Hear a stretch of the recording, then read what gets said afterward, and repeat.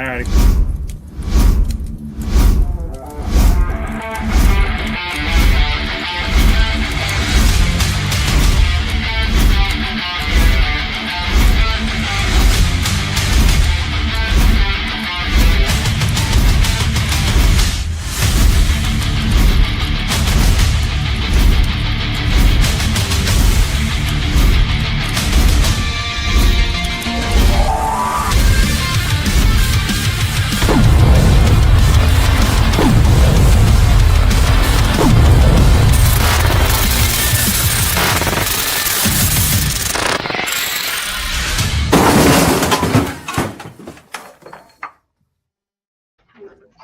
Howdy do. Welcome to a new everybody. episode of 30 minutes of comic Book book chaos. My name is Thomas. And I'm Thomas finally here. Marmonti. Everybody's here except for our host. Oh, wait a minute. He's on now. Yeah, I finally made it in. Sorry. Yeah. All right. Well, you start talking now. Proverbial cavalry. Welcome to 30 minutes of comic book chaos. That time Chaos. So yeah, sorry about that. I came in a little bit late. Normally I'm the early bird with Thomas, but yeah, I had some stuff going on and yeah. Yeah, I fumbled around. I think I pressed the right button, so we got. I hope we'll see. We'll see later on.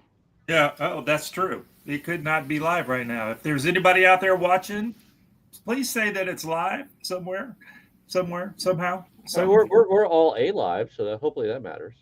All right, I can go with that. And we hope somebody's watching.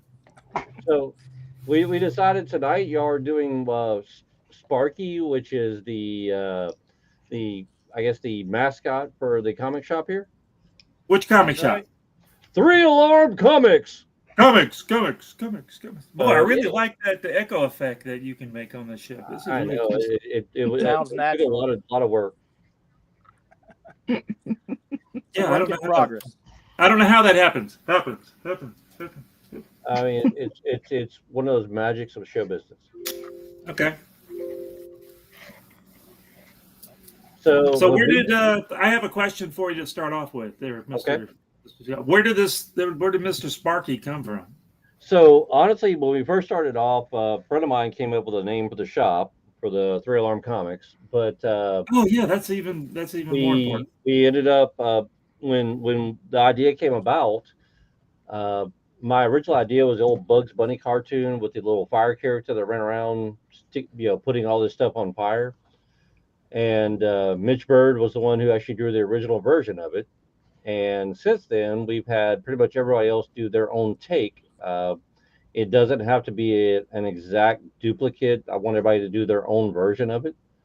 And it's actually already Steven and Brian have both done their takes on it before, which actually hang proudly here in the shop. And how come mine's not in the shop? Huh? How come mine's not in the shop? Because you haven't done one yet. Oh, okay. Well, we're gonna do one now. Have you done one, Lil? No, sir. This will be my first one. Selfishly, I figured, if we're gonna have another character, like, well, heck, let's do some shameless self-promotion. Nothing wrong with that.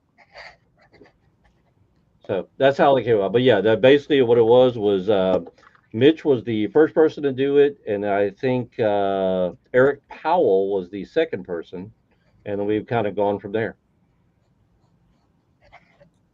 Oh, the goon guy. Yeah, Eric did the second version, and then Did you just call some dude a goon? That is so rude. We've had numerous people. We've had, like I said, Brian and Stevens both done one. We've had Mike Grell, Pat Broderick, Scott Collins, Jeff Johnson. So pretty much anybody we've had here at the shop as guests, that's kind of always my thing is, hey, can you do a Sparky for me? And then we just go from there. Awesome. And we are all doing our own interpretation right now. And that's kind of what I like. Like I said, it might be, the great thing is reference, but I always refer people back to that old Bugs Bunny cartoon. And matter of fact, let me see if I can look it up, and I'll bring it up for the original one. But that was always my initial inspiration for it. like when we came up with the name and kind of decided we're going to do a mascot, that was the first thing that popped into my head. Let's see if I can find it here, and I'll bring it up on screen. I think I'm going to do mine a little different today than I had before. I think I'm just going to do all mine in pencil this time. Well, I think that's the best part is, it's just everybody's own interpretation of it. I'm going to do my internal Brian LeBlanc here. Brian LeBlanc. Oh, you mean you're gonna do it up ahead of time and oh nope. That's Brian does that. I don't. No, I do didn't do it this time. And paint some cool stuff on top of it. I didn't do it this time. No, you don't do that if you recall. At the drinking girls, I never planned it ahead of time. It just. Oh. How's your camera doing, Brian? Everything fixed? Yeah, it was wrong. It was wrong for it. Okay.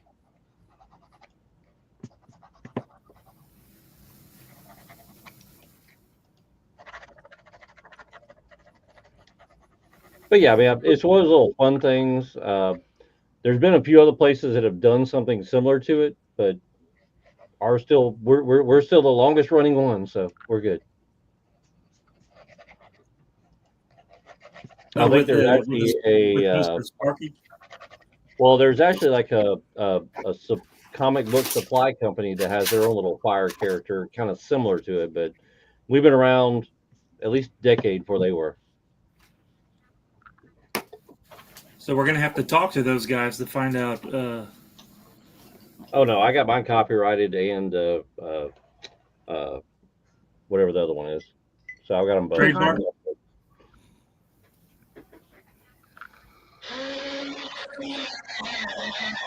Dang! What the heck? The heck was that? Pencil sharpener. Screaming banshee. Pencil sharpener. Oh. Sound like you were torturing one of your cats or something. Yeah. I wouldn't never do that. Oh, you wouldn't live through it if you did. No, Tony kill his ass. No, that's true.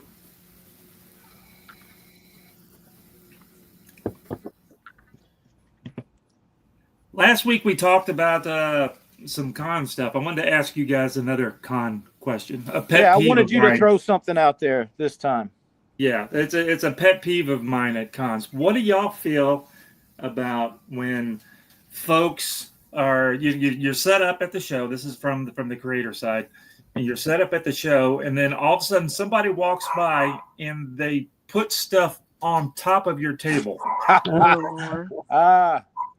What, and they're not even talking to you. They may be talking to the guy next to you or something. They go, "Can I put this here?" And then they put something on your table. Hey, look, sometimes they don't even ask. They just do it. Yeah. Hey, look, Art Monkey, this is our space, not yours. It's the worst when if it's like a cup with condensation on it.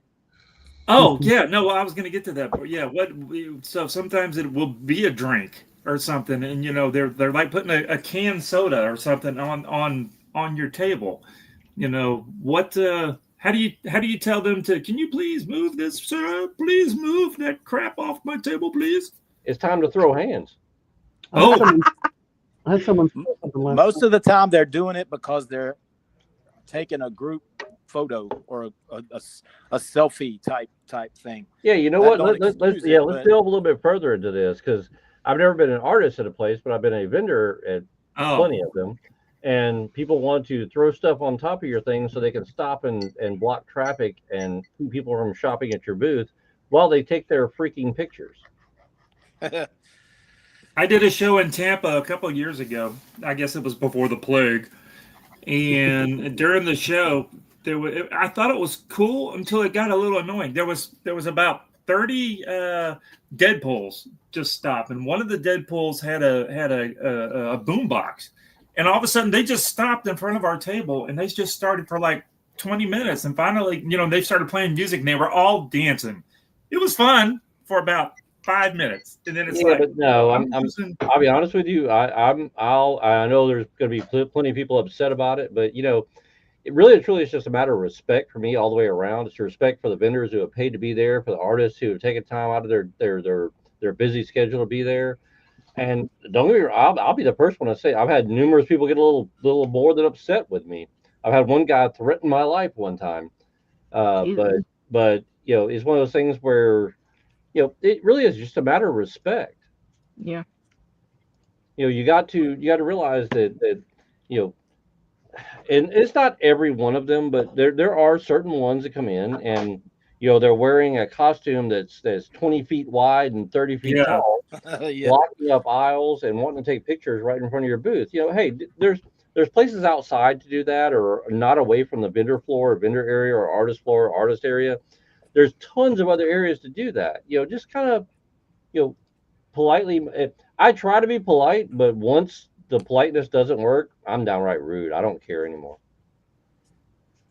Well, luckily, most of the shows now have like spots out front. But yeah, you'll get them where they're, you want them to shop because they eventually they're going to buy something. But then all of a sudden, somebody stops them and they go, "Can I take your picture?" And then it turns into a 15-minute photo shoot right there in front of Well, and your they're blocking your area. They're blocking the traffic going to it and everything else.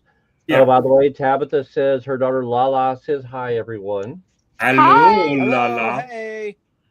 But honestly, like I said, Well, she really loves boils Lily. down to just a matter of respect. It's a respect for the people going to the convention, the people looking to shop, the respect for the artists, respect for the vendors. And I look at it this way: if they're going to be doing stuff like that, they have no respect, so I don't have to either.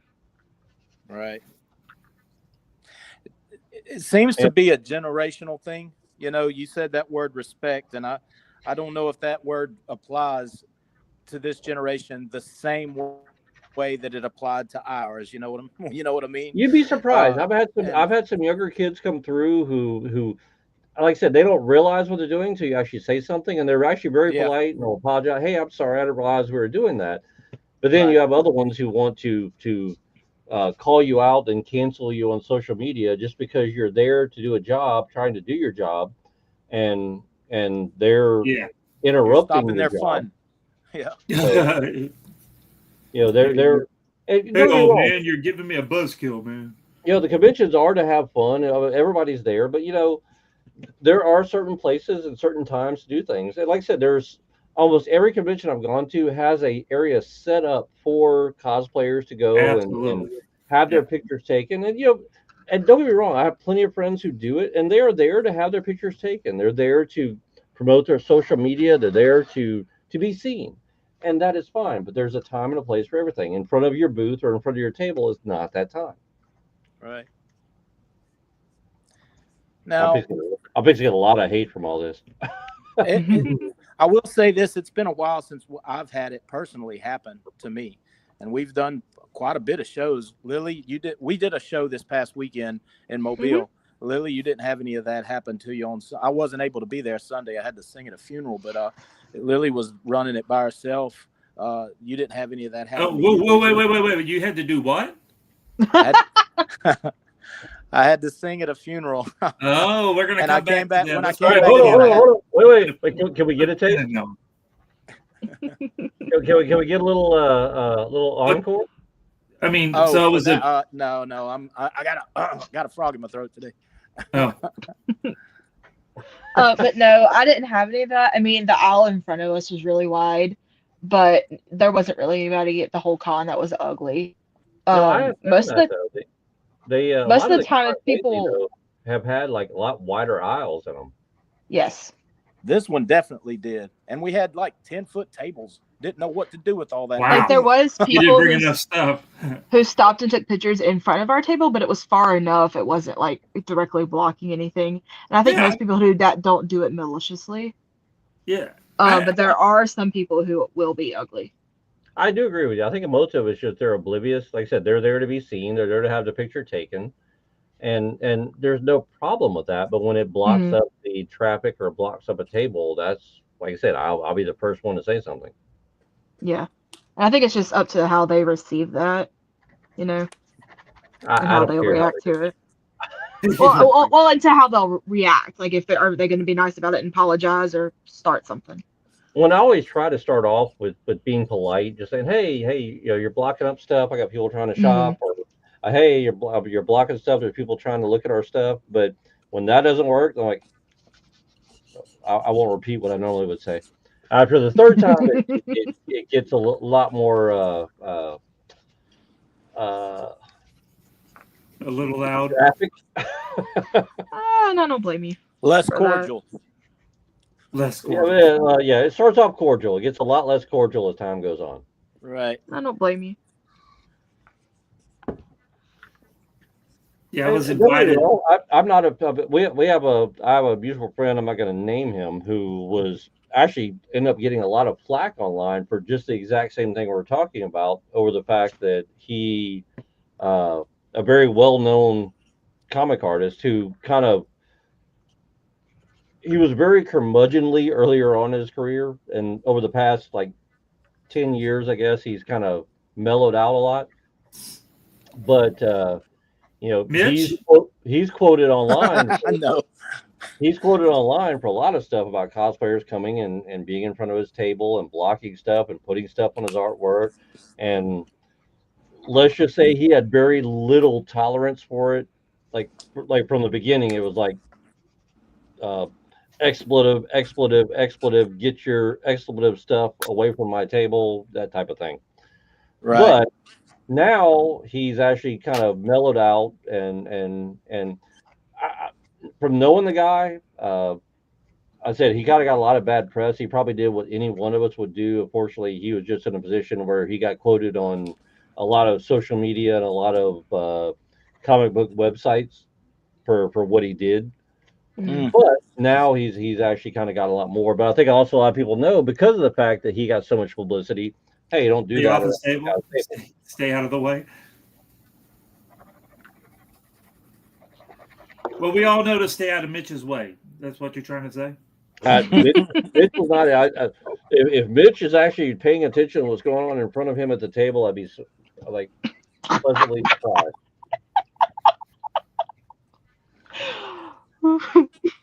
Usually, when he's drawing something, he has got his head down and he's locked in when he does work. We all have a mutual friend. I'm sure she won't mind if I say anything. Tiny. Yes. We actually, big fan of. I know this story. And it was hilarious. For the longest time, she thought Mitch was, I don't want to use the term she did, but a orifice poop comes out of. But because I think we get the point. She first met him, and she was talking to him and talking about how she admired his stuff and really just praising him. And he never looked up, even gave her the time of day, never paid attention to her. So she just walked off. Years later, as we got to know Tiny better, we explained to her that Mitch is very hard of hearing. Unless you're speaking to him in his good ear, he really has neither of them are as good. Yeah, he has no. And it come to find out, even after talking to Mitch, and she did too, Mitch didn't know she was standing there, didn't know she was saying anything. He just, he wasn't ignoring her. He just had no idea. Now those two are the best friends, but that's pretty much it. So, word of advice: if you're walking by and nobody's like giving you any acknowledgement whatsoever, it may not be that they're being a butthead. It may just be they can't hear. Was that when he was at the base? No, that was up in Jackson. Oh, no, I meant the hearing loss. The what now? Hearing loss. When he was in the his hearing loss came. Sure he was in the artillery. Yeah, he was in artillery. So, and yes and no, because he did a lot of. I was in artillery too, and where he was at, where I was at, we weren't really subject to a lot of that. I just think it's a genetic thing for him out there, or maybe it's him listening to the, BET late at night, looking at the big booty girls dancing. I don't know. But he has been like that all these years. I remember back in school, he was like that. Yeah, he's got one ear that he can't hardly hear out of whatsoever, and his other one he could hear fairly well out of. Huh.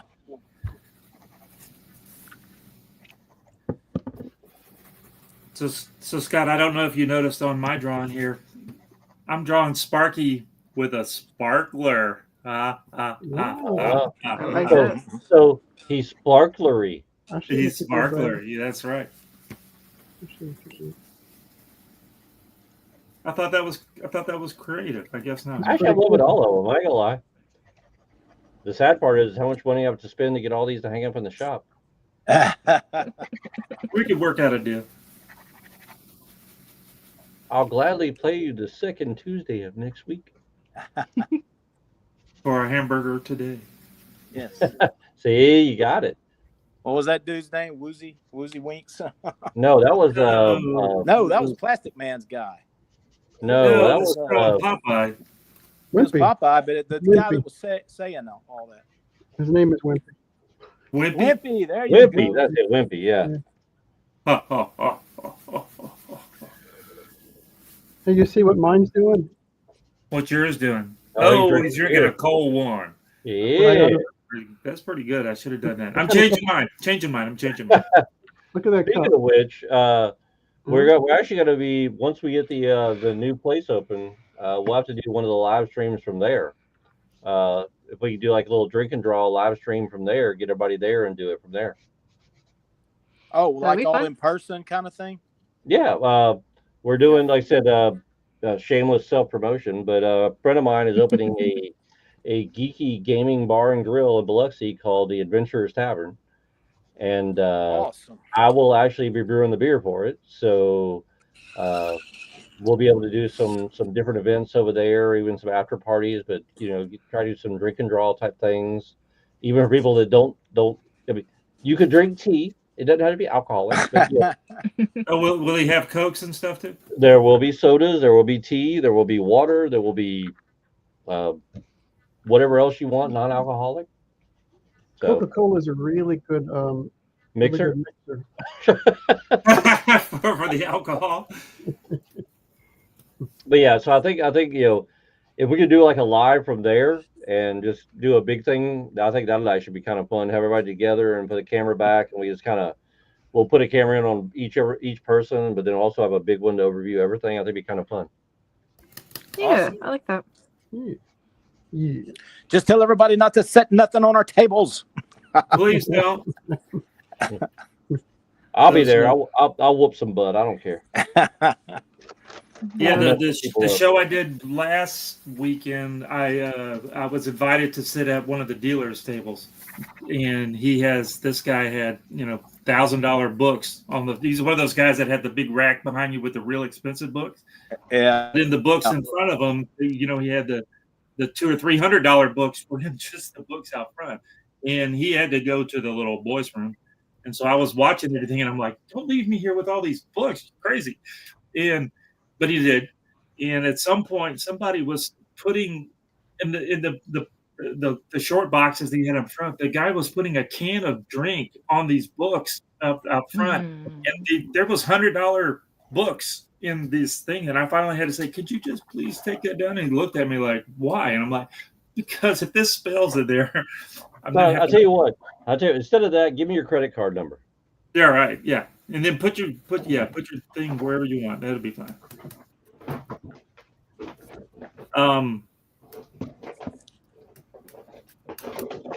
So next month is the spooky month, right?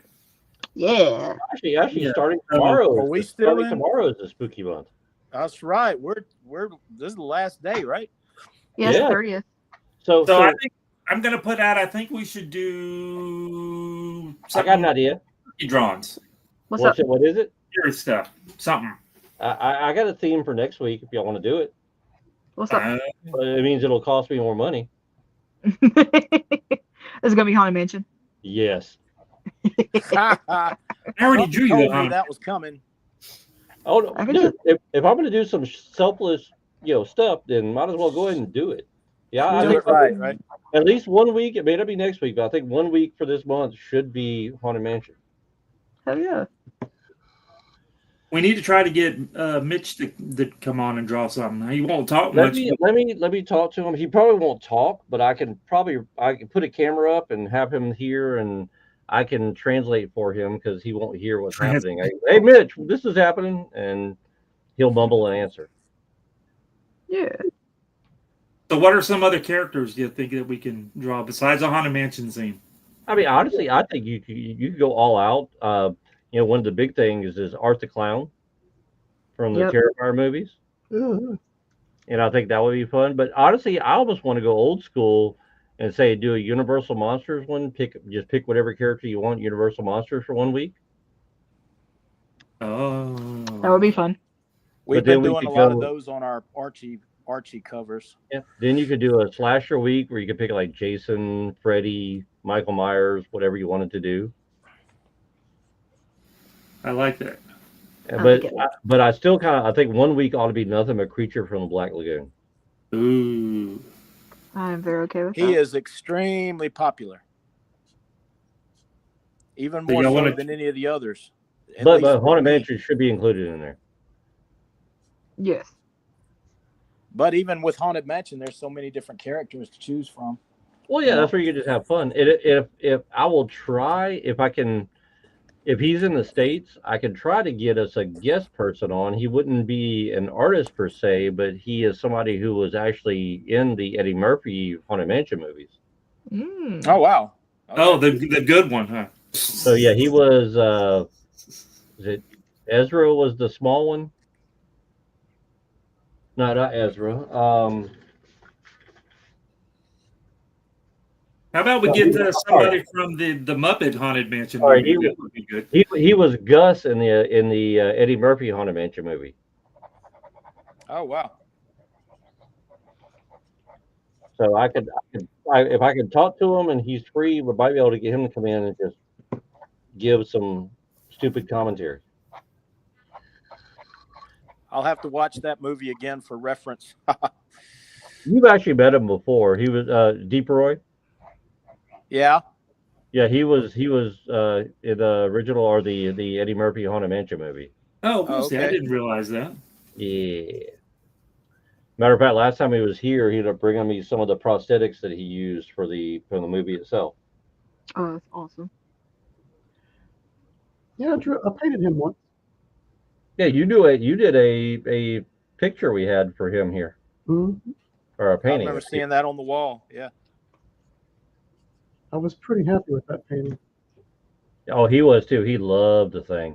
Cool. Speaking of which, I think he asked me last time I talked to him. He's like, "Hey, can you give me the contact information? I'd like to make some prints of that, but I want to make sure I pay whoever did it to do it." So, I told him you charge him like $3.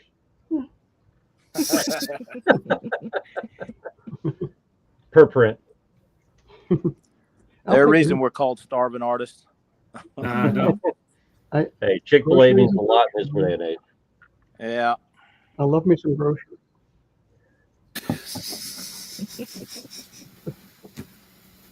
And then actually, I want to try to get a few other people to come in here. One of the persons I talked about earlier, I talked to him, and he said he would be willing to come in and have fun with us. And then somebody we had here a few weeks ago who also wants to come in and be a part of it too. Oh, cool. Problem is getting him to stick to 30 minutes is going to be a chore. Well, he can get cut off just like the rest of us. Oh yeah, believe me, it's one of those things where the rules are the rules. So after 30 minutes, we're all subject to it. Done.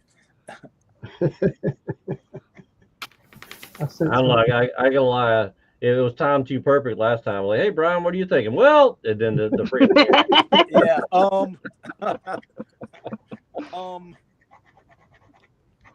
Well, you know what? I was just the other day. I was just thinking that now what time is it? Oh, excuse you. We'll be cut off in wrong a minute. thing. I'm hitting the wrong thing. Wrong button. You have to rename this stuff on here, Tommy, to the 1 minute thing. I don't know where the counter is at, but you are down to less than a minute. Hold on, I'll click it. Right Holy smoke. There it is. Just started. It's a good thing we can post this stuff later on so people can see it. I'm just about finished today. Why is it that Brian always gets done for everybody else? Oh, I guess somebody started the timer, so we'll go a little bit longer, but we'll see. I got glare going on here.